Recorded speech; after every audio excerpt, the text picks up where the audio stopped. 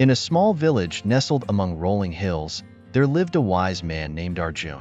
Known for his intelligence and calm demeanor, villagers often sought his counsel for their troubles. Arjun had a simple yet powerful practice.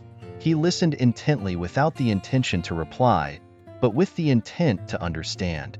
One day, a young boy named Neel approached Arjun. Neel was troubled by constant arguments with his friends. He couldn't understand why his friends never seemed to listen to his side of the story. Frustrated, he sought Arjun's advice. Arjun welcomed Neel with a warm smile and invited him to sit. Instead of immediately offering advice, Arjun asked Neel to tell him everything about his situation. As Neel spoke, Arjun listened silently, his eyes reflecting genuine interest and understanding. After Neel had finished, Arjun remained silent for a few moments, contemplating Neel's words. "Neel," Arjun began softly, "often when we listen, we are preparing our response, eager to defend our point. But true listening requires us to set aside our thoughts and immerse ourselves in the speaker's world." He paused, letting the words sink in. When you listen to understand rather than to reply, you create a space of trust and respect.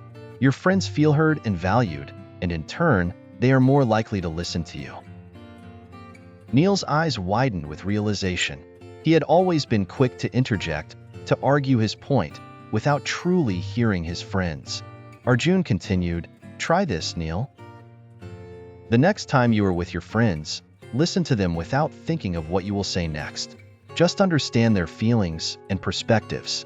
Neel nodded, determined to practice this newfound wisdom. The following day, Neel found himself in another heated discussion with his friends.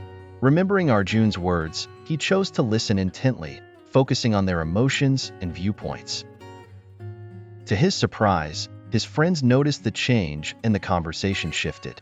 They began to listen to Neel with the same respect and attention. Over time, their arguments lessened and their bond grew stronger. Neel learned that the key to better communication was not in speaking more, but in understanding more. He often returned to Arjun, sharing his progress and learning new lessons.